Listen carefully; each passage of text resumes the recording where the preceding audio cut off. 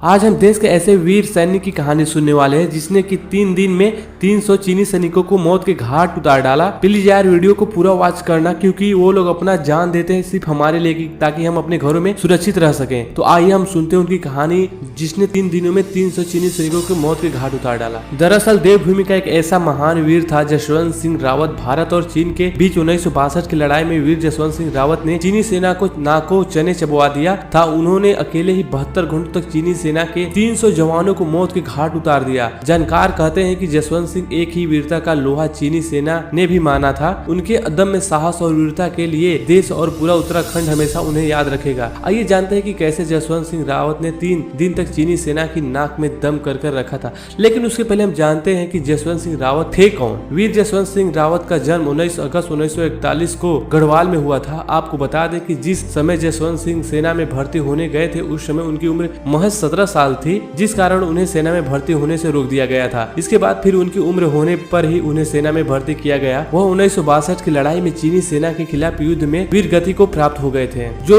उन्होंने पहला युद्ध लड़ा था नूरा नांग युद्ध। चीन ने 17 नवंबर 1962 को अरुणाचल प्रदेश पर कब्जा करने के लिए चौथा व आखिरी हमला किया। जिस समय चीन ने अरुणाचल प्रदेश पर हमला किया उस समय अरुणाचल की सीमा पर भारतीय सेना की तैनाती नहीं थी, जिसका फायदा उठाकर चीन ने भारत पर हमला बोल दिया। चीन के अरुणाचल पर हमला कर काफी तबाही मचाई और महात्मा बुद्ध की मूर्ति के हाथों को काटकर ले गए। गढ़वाल राइफल की तैनाती।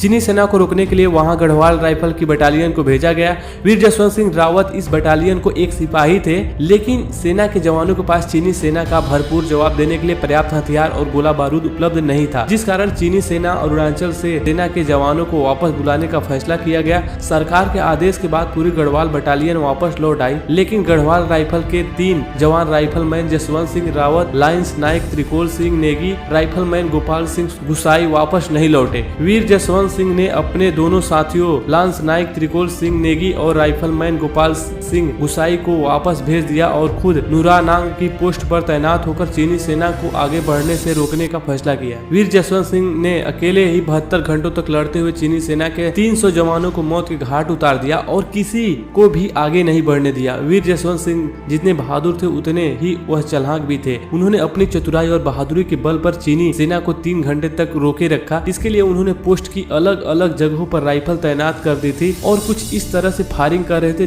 जिससे कि चीन की सेना को लगा यहाँ एक अकेला जवान नहीं बल्कि पूरी बटालियन मौजूद है। इस वीर रावत के लिए खाने पीने का सामान और उनकी रसद आपूर्ति वहाँ की 2 बहनों सैला और नूरा के 72 घंटे तक चीनी सेना ये नहीं समझ पाई कि उनके साथ लड़ने वाला एक अकेला सैनिक है। फिर 3 दिन बाद जब नूरा को चीनी सैनिक ने पकड़ लिया तो उन्होंने इधर से रसद आपूर्ति करने वाली सैला पर ग्रेनेड से हमला किया और वीरांगना सैली शहीद हो गई। उसके बाद उन्होंने नूरा को भी मार दिया और उनकी इतनी बड़ी शहादत को हमेशा के लिए जिंदा रखने के लिए आज भी नूरा नाग में भारत की अंतिम सीमा पर 2 जिनको नूरा और सैला के नाम से जाना जाता है। चीनी सेना ने जसवंत सिंह की बहादुरी को किया सम्मानित। नूरा और सैला की शहादत के बाद वीर जसवंत सिंह को मिलने वाली रसद आपूर्ति कमजोर पड़ने लगी। बावजूद इसके वह दुश्मनों से लड़ते रहे, लेकिन रसद आपूर्ति की कमी के चलते आखिरकार उन्होंने 17 नवंबर 1962 को खुद को गोली मार ली। चीनी सैनिकों को जब पता चला कि वह 3 दिन से एक ही सिपाही के साथ लड़ रहे थे तो वह भी हैरान रह गए। चीनी सेना जसवंत सिंह रावत का सर काटकर अपने देश ले गई। अंत में 20 नवंबर 1962 को युद्ध विराम की घोषणा कर दी गई, जिसके बाद चीनी कमांडर ने जसवंत सिंह की इस साहसिक बहादुरी को देखते हुए न सिर्फ जसवंत सिंह की शीश वापस लौटाया बल्कि सम्मान स्वरूप एक कांस्य की बनी हुई उनकी मूर्ति भी भेंट दी। वीर जसवंत सिंह के नाम का स्मारक। जसवंत सिंह ने जिस जगह पर चीनी सेना के दांत खट्टे किए थे उस जगह पर उनके नाम का एक मंदिर बनाया गया है, जहां पर चीनी कमांडर द्वारा सौंपी गई जसवंत सिंह की मूर्ति को भी रखा गया है। भारतीय सेना का हर जवान उनको शीश झुकाने के बाद ड्यूटी करता है। वहां तैनात कई जवानों को कहना है कि जब भी कोई जवान ड्यूटी पर सोता है जसवंत सिंह रावत उनको थप्पड़ मार कर जगाते हैं, मानो वह उनके कानों में कहते हैं कि मुस्तैदी से अपनी ड्यूटी करो क्योंकि इस देश की सुरक्षा तुम्हारे हाथों में है। इनके नाम से